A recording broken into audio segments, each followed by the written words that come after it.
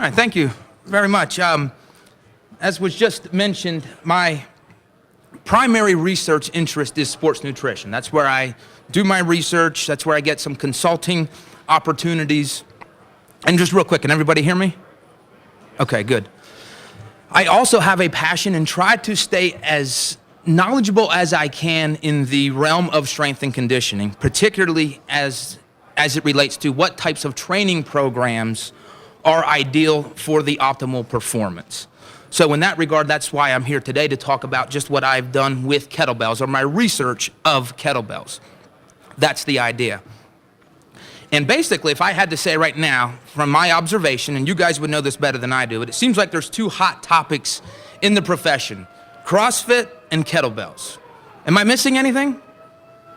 Is that pretty much okay? So this one hopefully will be very educational on kettlebells. And as you'll see from the outline here, I'm going to take a little different approach, I think, from the other lectures you'll get today, and I'll talk about that in a moment. But here's the stuff that we're going to learn about kettlebells. We're going to learn when you perform kettlebell swings, what muscles are activated and to what extent.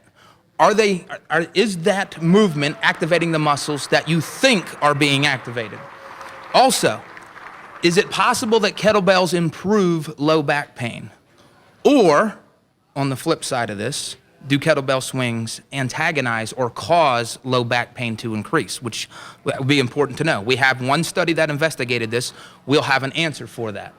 Also, what about caloric expenditure with kettlebell workouts? We have two studies where we'll look at that. And I love calories. I love metabolism. So those are probably some of my favorite studies. And then lastly here, most of the research on kettlebells has been on strength and power production, about 5 studies in that regard. So we'll spend the end part of our time together on that. So these are the specific questions that we're going to answer. And I'll frame my talk in this regard throughout our time together. And then again, I think I'll have about 10 minutes afterwards to field any questions. All right, so let me just provide you my approach. Let me ask you, how many of you are RKC certified?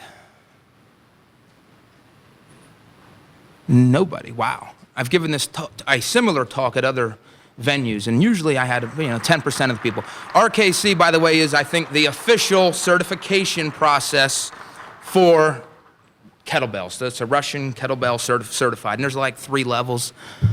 How many of you have at least heard of the certification? Okay, good. All right. And I don't know, it's a lot of money, right? 1,200, 1,400 hours, I think. I mean, it's not cheap. Well, just so you know, I'm not RK certified either. I use kettlebells sometimes. I'm not a huge advocate, but I use them. So my approach today is, if you use kettlebells with your clients, should you be? I'm going to present research that hopefully will challenge you. Maybe you shouldn't be using them. And by a show of hands, how many of you use kettlebells with your clients? How many of you do not? Okay, almost everybody does in here. A few of you do not. If you don't, on the flip side of this, maybe you should, based on what we're going to discuss today. I want to challenge either side of the coin that you find yourself on with the scientific literature. So again, I don't have a horse in the race, so to speak. I'm not anti or pro kettlebells. I use them, but it doesn't matter to me. I want to just challenge you. Here's one thing I can guarantee. When you walk out the door back here in about 40 minutes, when we're done, you will be an expert on the research of kettlebells. Why can I say that? There's not been much research on kettlebells yet. In fact, if I pull this up here, there's been 12 studies published with the term kettlebell in the title. Other than the 2 reviews, we're going to cover every one of them today. And obviously you have the slides, you have every single reference on these. So there's no reason that you cannot feel very confident about what the research says with kettlebells. And it sounds like you guys are all proficient. I mean, you're using them with your clients, so I'm assuming that means you also use them. So you know the technical details of the movement of the swings, but what does the science say? So I will bridge that gap today. At least that's my goal.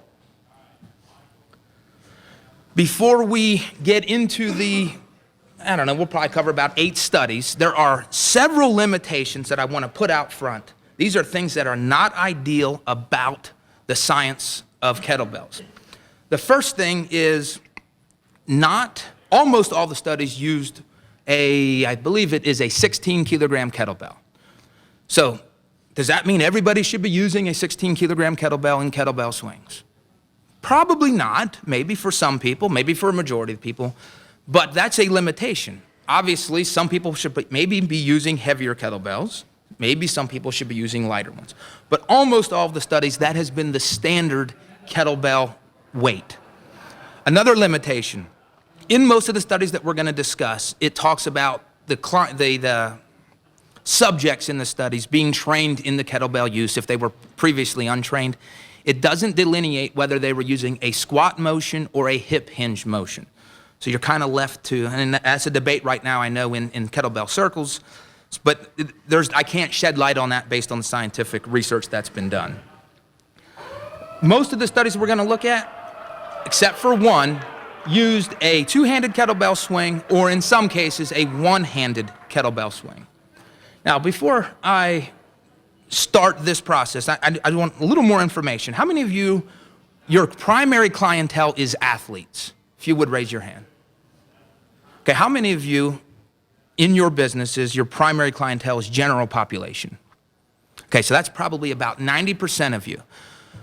We're going to talk about how we're going to interpret this. And not only today, I hope, and all of you are, I believe, I'm assuming you're all members of the NSCA. So that means you probably all get that blue journal every month that's getting thicker and thicker by the year. I'm going to talk about how we should look at research, and not just on kettlebells, but anything. And I really believe this will help you as a professional. Usually when you look at a published study, there's 2 types of people that are investigated. You have sedentary people, and you have active people. It's very, I don't want to say dangerous, but you have to be very careful looking at a study and then saying, oh, wow, this really worked. I'm going to use that on my athletes. Another thing that has to trigger in your mind is, what was the population that they studied in the research study? And then if it matches up with your clientele, you have no problems. If it doesn't, you're going to extrapolate. Everybody does, even I do. But I do want you to think, or at least be conscious, okay, this doesn't quite fit my clientele, so I might not be able to expect the same results.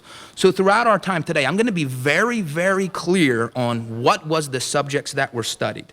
And luckily, about half the studies were on sedentary people, which applies to 90% of you, and about the other half were on resistance-trained athletes or trained athletes. So when we say, is it sedentary or active, that's a little broad. I just came up with my own little personal classification system. I basically said, okay, there are sedentary people, and then there are sedentary people. So if you see here, I just divided it into 2 types of people who aren't active. You have complete sedentary. Think Rosie O'Donnell. That's who I think of when I think, like just not sitting behind a camera pretty much all day, if that. And then you have mostly sedentary. So people that might take their dog for a walk, not engaged in any formal exercise, maybe take the stairs at work. So both sedentary. Now on the active side, most of your clients that you've been training would probably fall under recreationally active, potentially in this middle part here called competitive training. Recreationally active, I think of college students who play rec sports, work out with weights a couple times a week, and maybe run together in groups. The elite training group are the professional athletes or people that are just vigorous in their training. They never miss a workout. Everything is planned. So there's kind of the continuum. So I'm going to come back to the same slide later just to make sure we're all on the same page so that as you're seeing these results, I want you to say, hey, I could instantly apply this to my clientele now. And obviously, for those of you that are working with the general population, when you get them initially, I'm assuming most of them are probably in here, which is a good thing because a lot of the data we're going to show today highlights that. All right, so here's the first question. And we're going to look at 2 studies that will help to answer this question.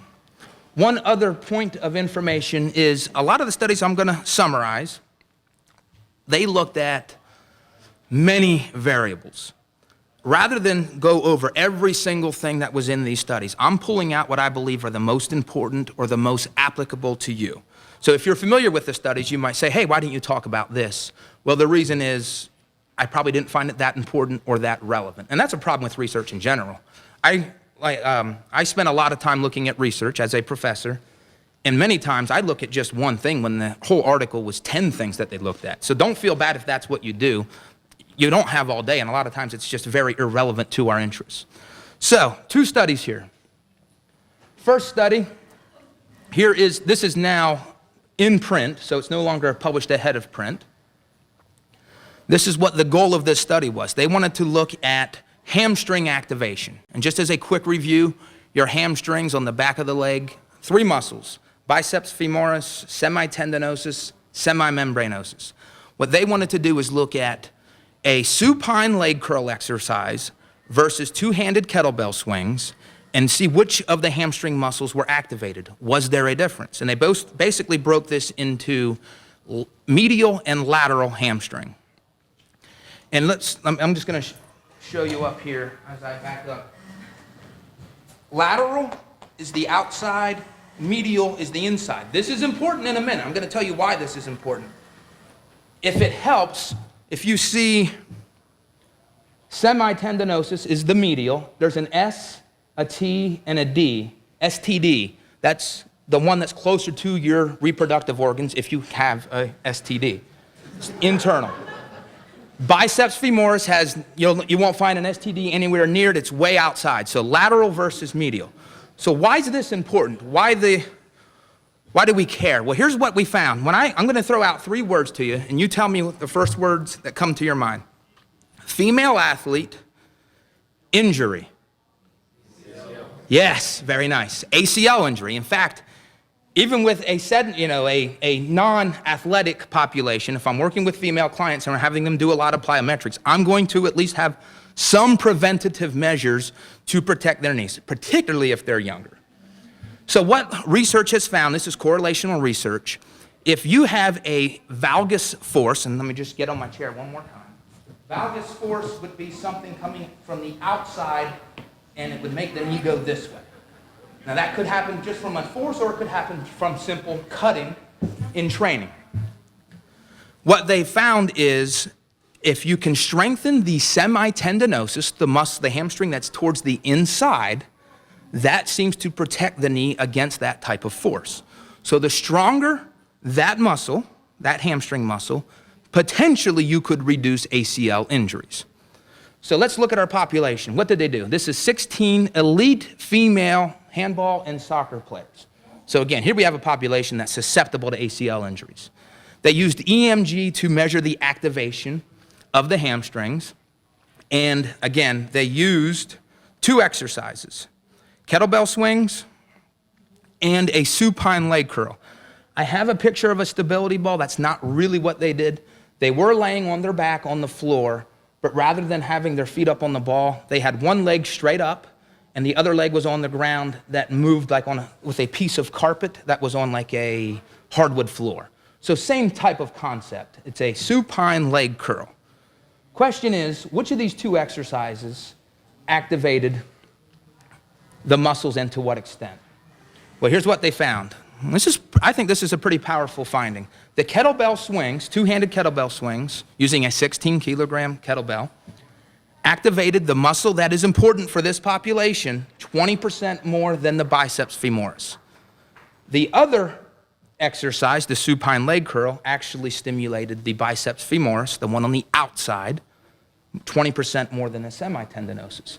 So here we have, if you're working with female athletes or females who are susceptible to ACL injuries, the standard kettlebell swing, 2-handed kettlebell swing, activates a muscle that may, again, here's the application, may potentially avoid stresses that may cause ACL tears.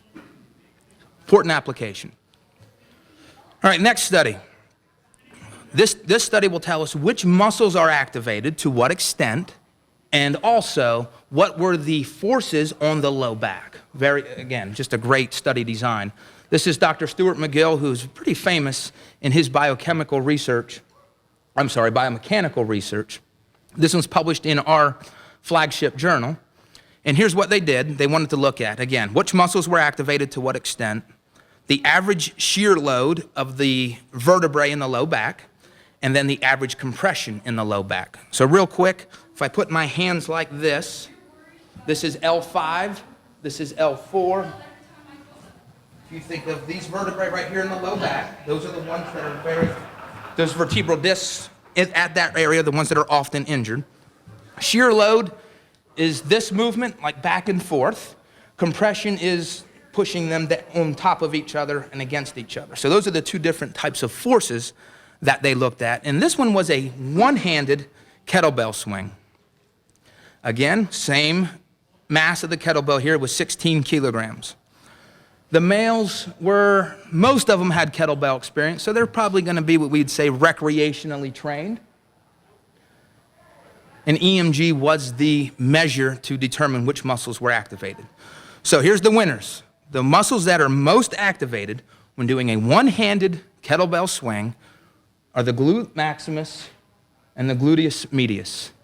76% of maximal voluntary contraction, and then the gluteus medius, 70%.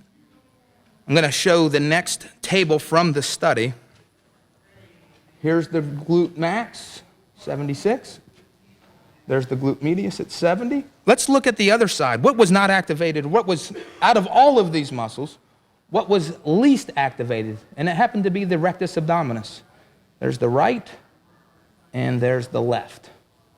So not much abdominal stimulation with which surprised me. I would have thought there would have been a little higher activation, but there wasn't. Okay, what about the forces of the low back? Again, potentially important depending on your client. About 461 newtons of shear force, and this was a superior shear force. So L4 was actually, if somebody's facing this way, L4 was going back on L5. This value is not very high. It's not a problem value. And then we also have about 3,200 newtons of compression. Now, I'm not a biomechanist, so I see these force numbers and I'm kind of lost, which I'm glad, if you see this little information here, the authors actually gave me some reference. They said, okay, if you were to do a power clean with an Olympic bar, put 27 kilograms of mass on it, that causes a force of about 7,000 newtons. So the kettlebell swings are not, as compared to that, not very high. There's also a safety threshold of compressive forces, and these compressive forces are well below the threshold of where potential injury may happen. This is the only study that I'm aware of that actually looked at these potential compressive and shearing forces of the low back. All right, here's an important one. As you know, well, let me just ask, how many of you personally have low back pain? Well, not as many as I thought. Good. You guys are good, healthy, active people. Now, how many of your clients have low back pain? All right, it went up to about 75, 80%. In my dealings with people, what I've tended to notice is almost all athletes, a majority of athletes have low back pain. And then in the general population, as people get into their 30s and more so in the 40s and 50s, much more prevalent. So here's the citation. This was done in a different country. This was who was in the study. Think of a typical office worker, a sedentary individual. And what they did was they said, we want you to tell us how painful your upper back or your neck shoulder area feels, and tell us how painful your lower back is. So this is a subjective feeling on low back pain and upper back pain.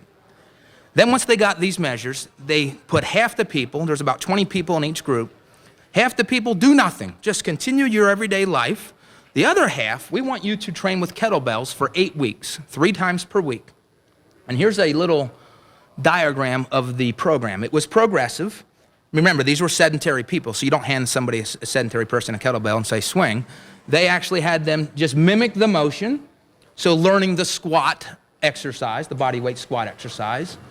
They progressed to a kettlebell deadlift, then a double-handed swing, and then into, at the end of the 8-week program, a one-armed kettlebell swing. Here's what they found. Again, I think this probably may be the most powerful study out of all that we're going to discuss. At the end of the 8-week period, the people that swung the kettlebell, a typical kettlebell training, kettlebell swinging program, had a significant reduction in their perception of their upper back or their neck shoulder pain. The control group, basically, obviously, you wouldn't expect it to get better or worse if they didn't do anything different. Now, what about the low back? What do we think happened with the low back? Same thing. Simple kettlebell swings with 2 arms resulted in a significant perceived pain of the lower back. If you were to ask me prior to the article, before reading it, I would have said, well, if they already have a sore back or low back, I would think that maybe it would cause it to get worse. Not the case. Not the case at all. All right, next topic. We got 2 more topics. Calories and then strength and power measures. How many calories are burned during a workout? Well, the workouts vary, so we're going to very clearly define what types of workouts were accomplished. This first study used college-aged men, recreationally active, did not have prior kettlebell experience. Once they were trained on the correct technique, they did a 12-minute, and this was non-stop, this is 12 straight minutes of kettlebell swings. That's intense. Yeah, I can't imagine. Again, I use kettlebells, never for 12 minutes, never. So they did not even say in the article that they build up to 12 minutes, but I guess if you give the subjects a burrito, they're willing to do anything. So here's what they did, a 16 kg, 2-handed swing. They did it for 12 minutes. I think the Pavel calls it the man-maker program. I think that's the technical definition of this, 12 straight minutes of swings. How many swings did they do? We got it here, an average of 265 swings, or about 22 swings per minute. Again, for those of you that are familiar with the exercise, this is not easy. So what did they do? What they found was they actually measured oxygen consumption. Most exercise physiology laboratories have this machine, they call it a metabolic cart, and that measures your oxygen consumption. And the cool thing about that is you can measure your oxygen, and that basically tells you how many calories you're burning. So that's how they measured the calories. And what I did, they didn't tell me how many calories in this one. I did my own math. And basically, these men burned about 160 calories during the 12 minutes, or about 13 calories per minute. The next thing I did was, okay, they didn't test females, but if they did, at the same intensity, at this intensity, if a 130-pound female were to do the same workout, she would burn about 120 calories, or about 10 calories per minute. So if you're thinking, that's not a lot of calories, I agree. And I'm going to compare that with another treadmill study in a minute. A couple other interesting things about the data that was collected in this study. The first part here, the average intensity of the kettlebell workout was about 65% of their maximal aerobic capacity. This is kind of a magical number in terms of, at this intensity, specifically at about 62% of VO2 max, you're burning the greatest percentage of calories from fat. And this was demonstrated in cyclists. This was from 2 studies, and then I think it was the 1980s, where they looked at cycling. So this intensity burns the most percentage of calories from fat. Now, we all know this is, the fat burning zone. That's what that's saying. The research is getting to be pretty clear that high-intensity interval training, for those that can do it, is superior to any other type in terms of fat reduction. So I'm not saying this is better, I'm just stating the fact. The greatest amount of calories relative to the total amount is being burned from fat. So you would think that, hey, they're burning a lot of fat calories during this workout, but that's not true. This special machine that they hooked them up to also tells us, were the calories burned from fat or were they burned from carbohydrates? And we actually have, here's a fancy number, it's called respiratory exchange ratio. When that number reaches 1, that is pure carbohydrates. So during this 12 minutes, they weren't burning fat, they were burning carbohydrates to fuel the 12-minute kettlebell swinging routine. So what does this mean? Well, this makes a kettlebell swinging routine that's 12 minutes in duration basically like circuit resistance training. The few studies that have been done on circuit training, machine to machine to machine, or stationary free weight exercises, this would mimic that. That's very similar. So it's not aerobic in the sense that you're working at you're burning a higher percentage of calories from fat. It's just not true. Okay, one other study, and I like these kind of studies. This is when they compare one thing to the other. It's like Pepsi versus Coke. Well, in this case, what they did was they compared kettlebell swings to treadmill running. And the question that was asked is, what's going to burn more calories, treadmills or kettlebells? So here's what they did. This was a two-handed kettlebell study. I think they used 16 and 24 kilogram kettlebells in this study, depending on the strength of the particular subject. These were moderately trained, mostly male, few female. And here's what they did. They had a 10-minute routine where they swung kettlebells for 35 seconds and then a 25-second break. They did that 10 times. Then they asked them during and after, they said, all right, on a scale of 1 to 10, how hard do you think that was? And they said, about a 7. Okay, good. So it felt like a 7. Then when they put them on the treadmill, they put them at a speed where it also felt like a 7. So this was matched according to how hard they thought they were working. So before, and if you're not cheating and looking ahead at the graph, which one do you think burned more calories? Treadmill? Raise your hand if you think it was treadmill. Now raise your hand if you think it was kettlebells that burned more calories. I will tell you the results were not even close. Kettlebells are inferior than treadmill at the same perception of intensity. So if your goal is to have a workout where you just want to burn calories, kettlebells is not, the use of kettlebell swings is not a good choice. You are, if the goal is to burn calories solely, aerobic, high intense, whatever, endurance exercise is better. What was the difference? Kettlebells burned 12.5 calories per minute. The treadmill running was about 17 calories per minute. Significantly different between the two, and in fact, it was about 50% more. Now, there's other variables, yeah. It was steady state. Yep. At again, at same intensity based on their perception. Are there any studies where they were running at intervals that are Not that I'm aware of, not in comparison with kettlebells, but those studies exist in other. 16 kilo kettlebell. I believe so. I think 16, and I can double check. I think maybe 24 for those that could in this one. And I apologize. I should have put that on the actual slide. But yeah, I can guarantee almost everything's 16. In fact, the last study we'll look at was the first one where they used the 32. So 16 or 24. And there's one study here shortly where they used actually an 8 kilogram kettlebell too. Yeah. That same study, did they ask them their difficulty level when they were swinging? Yeah, it was during both. It was during and after. And I'm no expert on perceptual, but that's a better way to do it because when you're done with something, sometimes it doesn't feel as bad as when you were doing it. All right, next, or the last area now. We're done with calories, we're done with muscle activation, and we've addressed low back pain. The last area is, do kettlebells have a role or a place if the goal is to improve muscular strength or muscular power? So in this case, vertical jump, that would be related to power. Does it improve power production? Well, let's see what the research tells us. This was, by the way, the same group that did the low back pain study with sedentary people. This is the same group of people. So you're going to see a lot of similarities between that study and this one. Here we have, again, 40 people. Basically, think of a typical sedentary American. They divided them into a group where they did nothing, and the other half did a 8-week kettlebell training program.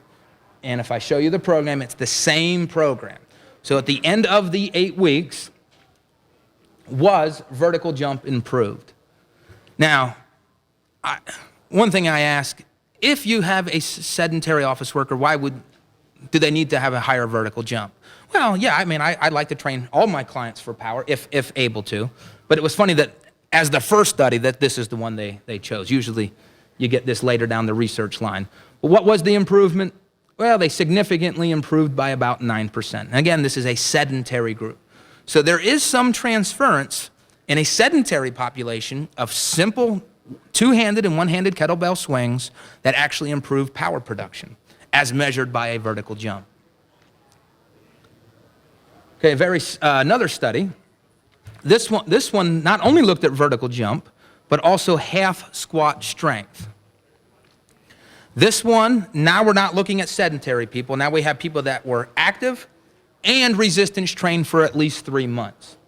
So this would be probably applicable to your current clients. What did they do here? Well, they divided these males into 2 groups.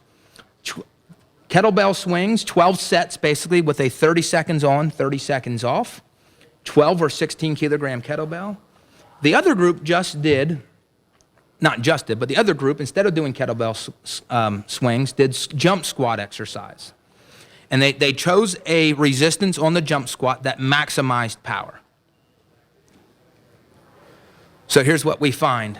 When we compared these 2 exercise routines on vertical jump, we see there's no difference between the groups. Now, the weightlifting group actually improved more, but when you're reading science, there's this thing called statistical significance. It didn't quite reach statistical significance.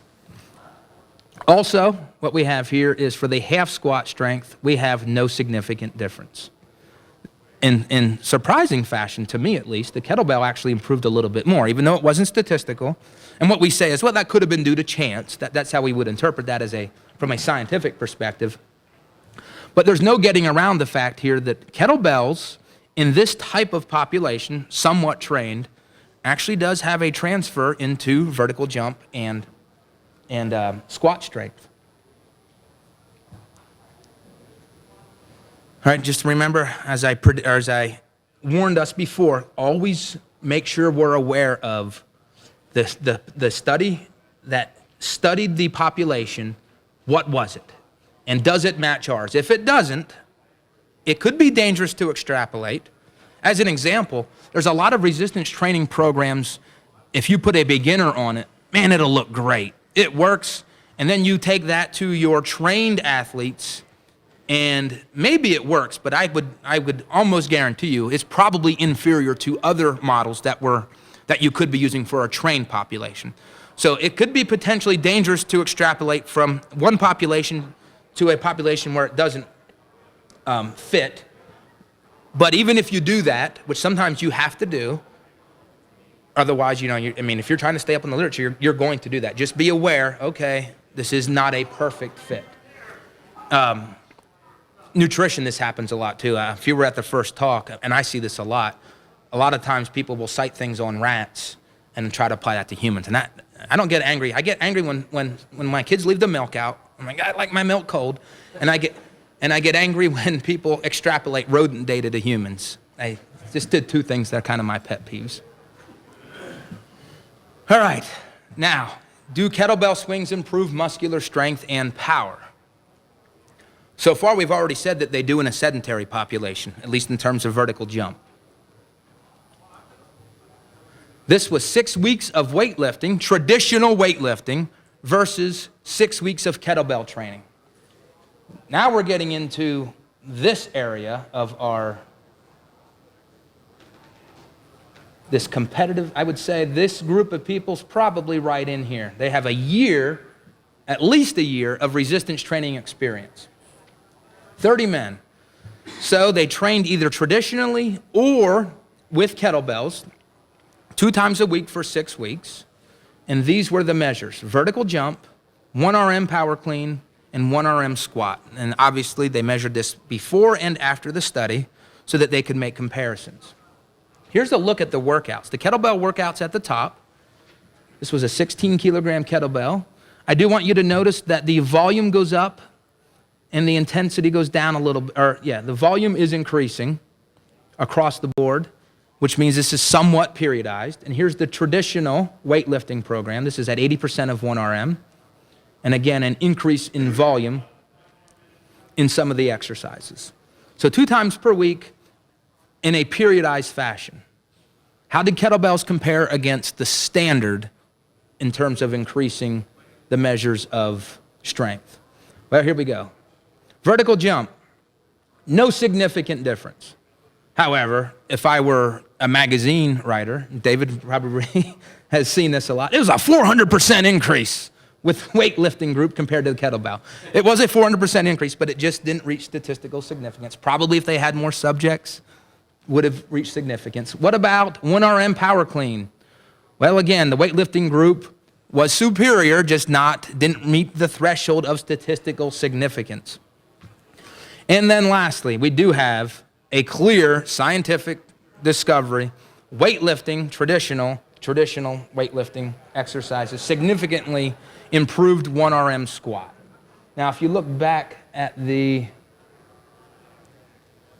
let me see here, that shouldn't be surprising at all because they actually did back squats. Now, they actually did power cleans as well.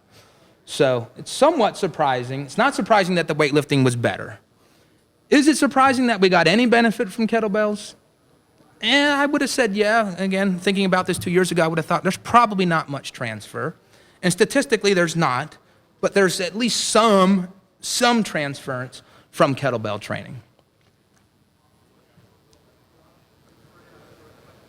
All right, this study, what do we got here? Greater than 6 months of kettlebell, back squat, and jump performance.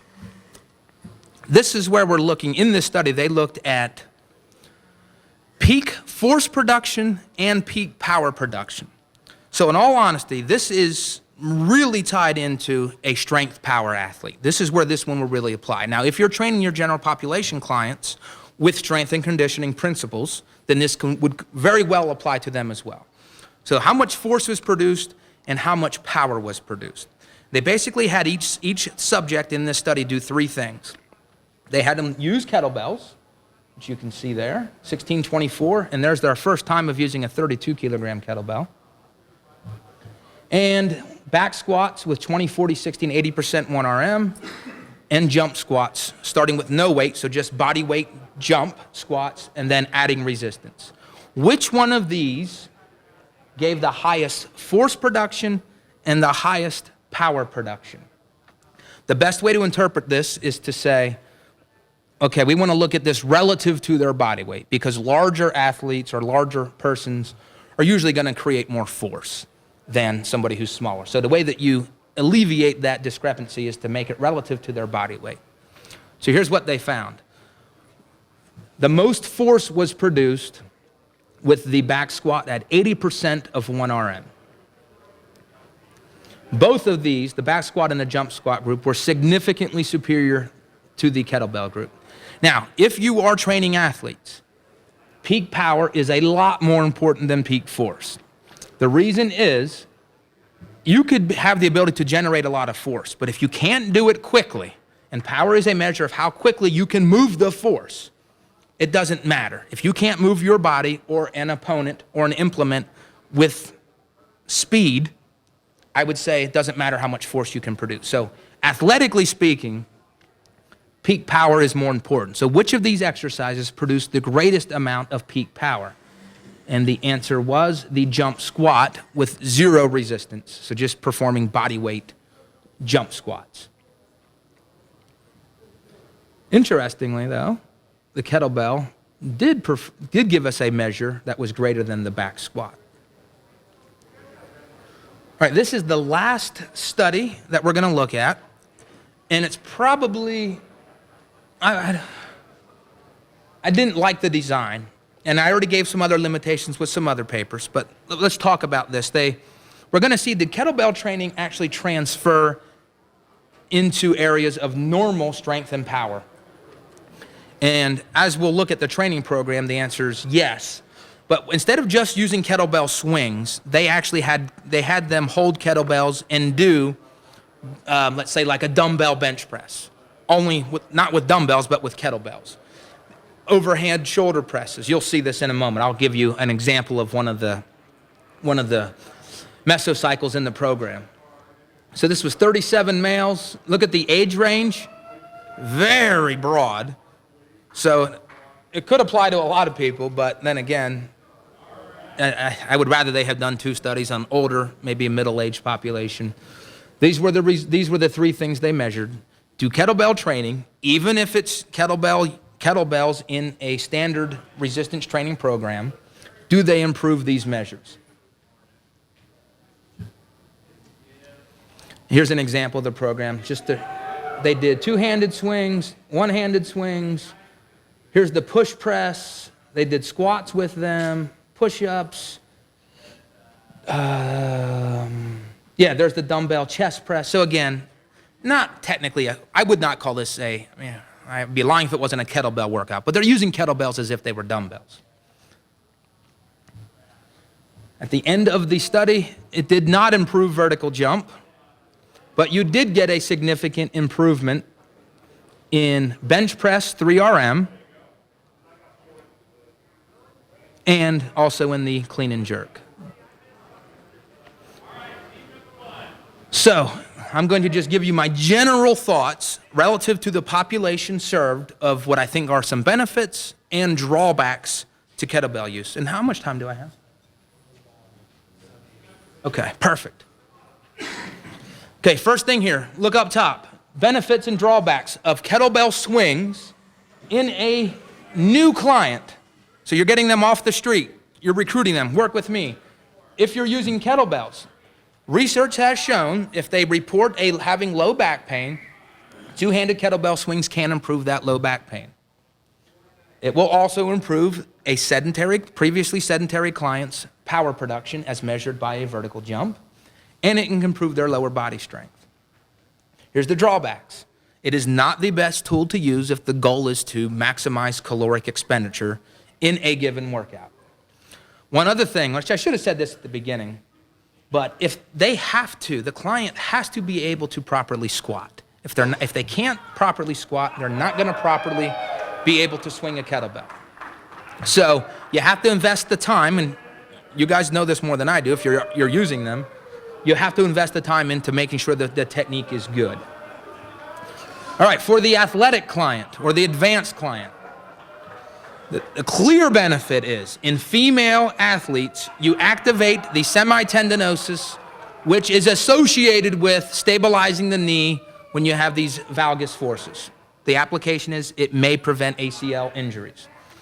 The drawback, if your client is advanced or they're an athlete, kettlebells are not the best tool to develop their maximal muscular strength, their maximal muscular power.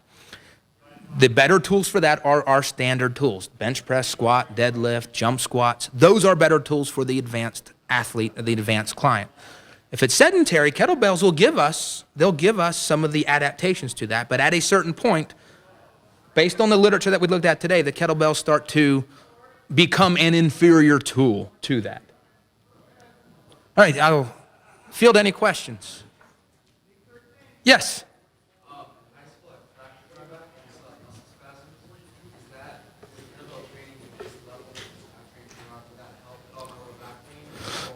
All right, so just to repeat it, you fractured your back in high school, and then the question was, would kettlebell training help that? And help, yeah. And unfortunately, I'm going to give you an answer that nobody's going to like. I don't know. I'm way outside if I were a physical therapist, I would probably have an opinion. I don't even want to say, as I just, in that population, they reported a feeling, I think it was like on average, 6 out of 10, which isn't minor. And it did improve that. But obviously, there was no fracture. It was just probably more musculoskeletal. Yes? You may have mentioned this before. What kind of swing, I guess, were they going? Was it more of a hip inside swing or more of a squat? Yeah, that was one of the drawbacks. They never even, in any of these studies, there was no, this is the type. If I were to estimate, it was probably more of a squat. Yes, that would be my guess. Nobody commented on it. But if you just even look at the pictures, and a lot of these articles, by the way, you have access to these. You got the journal. You go in and get them. And that's another thing. Don't take my word for any of this. Make sure you go back and say, am I telling you the truth? Challenge me on how I'm interpreting these studies. But a lot of those studies, some of them have pictures, and it looks as though it's more of a squat type of swing. Yeah? Other question, going back to that study, I guess with the swing versus the treadmill running? Yes. You said it was a 16-kilo swing. I mean, 16 kilos are the swing. I believe that was the case. Do you think that the calories burned would be more if they use they still, the volume might increase because No, if they're using more mass, it's going to take more effort. However, that would also increase their perception of the effort, which now you're going to have to increase the speed of the treadmill to match that. So there's no question in my mind. If the goal is to burn calories, and I'm not saying that's the best goal for clients to maximize caloric burn in one workout, but if that's what you want to do, kettlebells aren't your best tool for that. And just another thought. In general, before I started this research, I was not a believer in kettlebells. I'm like, it's just gimmicky. On the backside of this, for a client who's not an athlete, I would definitely include them. I would find a place.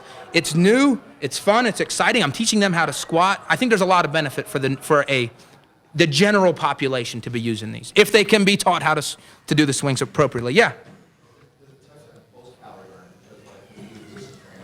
Kettlebell is resistance training, exercise, and training. You tend to get power in the next 48, 72 hours. That's when you run, you can take shots off. Yes.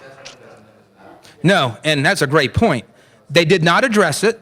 If they did, kettlebells probably, because it's more like resistance training, and resistance training increases protein synthesis, and protein synthesis is endergonic. It takes energy in the form of ATP to synthesize the muscle. So that's a study that needs to be done. And I'd like to say next year, if I'm invited back, maybe I will have done that study, because that's an easy study for me to do. Yes.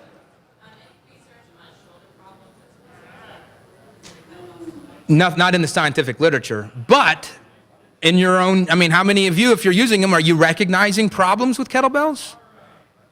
I think the biggest thing is,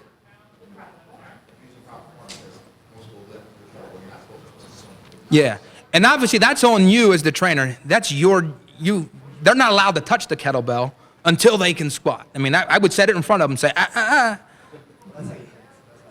Yeah, I think that's a good way. Yeah.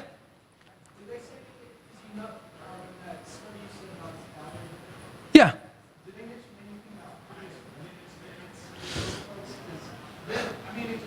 thing I'm thinking is that because if they were previous runners, you would think, okay, if they weren't previous, you have people that never ran, never did the kettlebell swing, so forth. There might even be a greater calorie differential between the two because they're going to be inefficient and idle. But it doesn't say whether or not they were previous runners. Yeah, let me just look and see what the population in general was. If you come back to the same talk later today, I will look I have all the articles up in my room. I will specifically look at that. Yeah, yep. If anybody has any more questions, I'll be outside. Hey, thank you very much for coming to this.